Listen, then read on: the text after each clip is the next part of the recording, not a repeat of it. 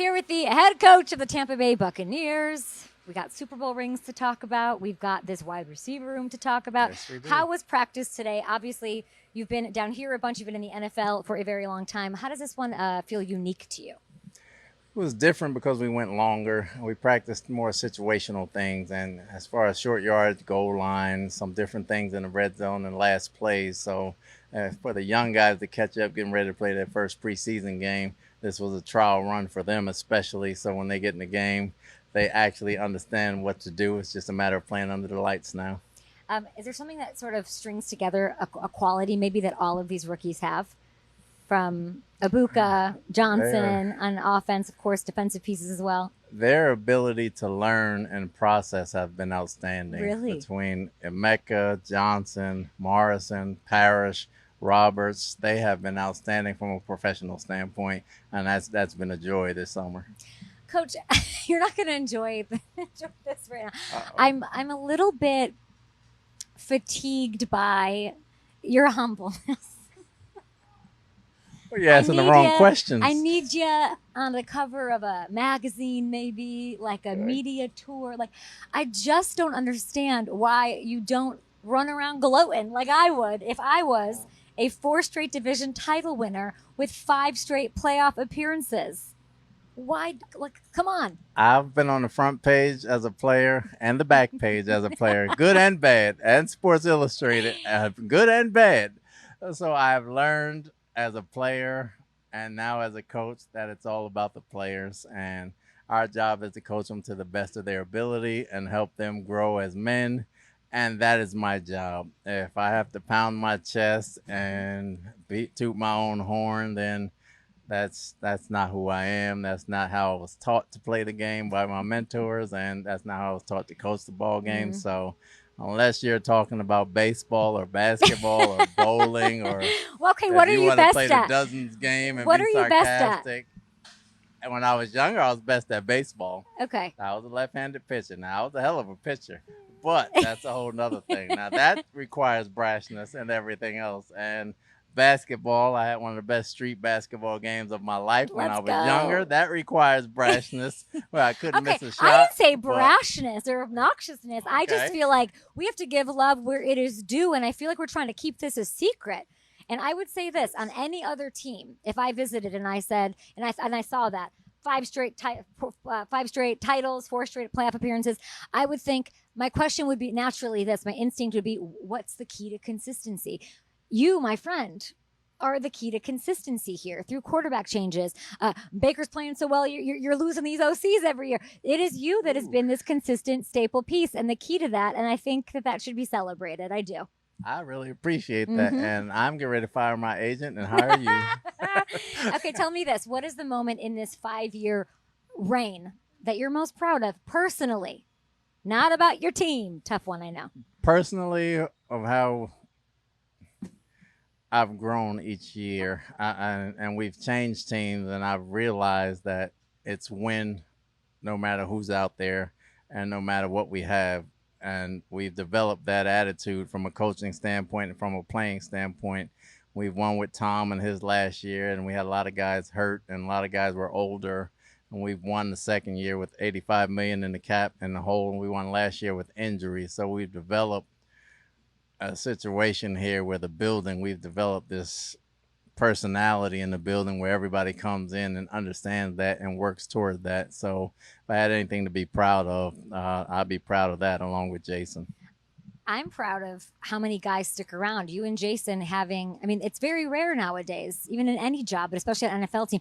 I look around Mike Evans, Godwin, Levante, Vita, Chris Godwin, deciding I want to be here. I want to play with Todd Bowles, with Baker Mayfield. You're saying it's this personality. Can you describe, it's culture. Can you describe the culture that gets these guys to want to stay here? It's culture.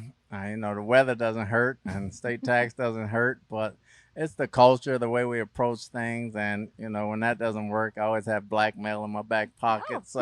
And they come back pretty good. But no, those guys are smart. They're very good players. They're very smart. They realize we have something special. They're a big part of that. They help build it and they help keep it moving. So it's great to have those guys back. What can we say about Baker Mayfield that hasn't been said? Just an incredible couple of years. He gets better every year. Can you tell me, in the landscape of the quarterbacks that you've been around, what is he best at? If you just say best at this, what is it? I would say he's best at rallying the team. And it's not necessarily rah-rah. He can talk to the defense or make comments on special teams, but he sees everything. He's ahead of everything. You don't have to explain anything to him. He understands on defense when they need a kick in the butt. He understands when they need a pat on the back. He understands that offensively. He understands when the culture is changing, when he needs to speak, when he doesn't need to speak. He's not a rah-rah guy all the time. He makes perfect sense. You may think he's a rah-rah guy, but he's highly intelligent. He has a good read of every room that he's in. And if you think he's missing something, you're going to be dead wrong because he sees it every time. Oh, my gosh. I love it. He's ahead of it. And he He's way picks ahead his of it. moments, it sounds like. He's way ahead of it, and he's very good at picking his spots. He's discerning. I love to hear that. When you hear of a headbutt, when you see footage or somebody, can you take me inside the conversation of you and Baker regarding headbutting? I just don't want him headbutting with his helmet off. He can headbutt the guys when it's on. I don't want him headbutting with his helmet off. He's gotten away with it a few times, and he's probably been delirious after that and hadn't known it. But I don't like him headbutting at all. Have you told him this? It has to be. No, you haven't? we mentioned it, right. but it's in the spirit of happiness and doing something good. Then I'm okay with it. There's like a notice in his mailbox when he clocks in every morning. It's just like, by the way, headbutting maybe not. You know what I'm a little worried about? How upset is he today about these smelling salts? Be honest with me.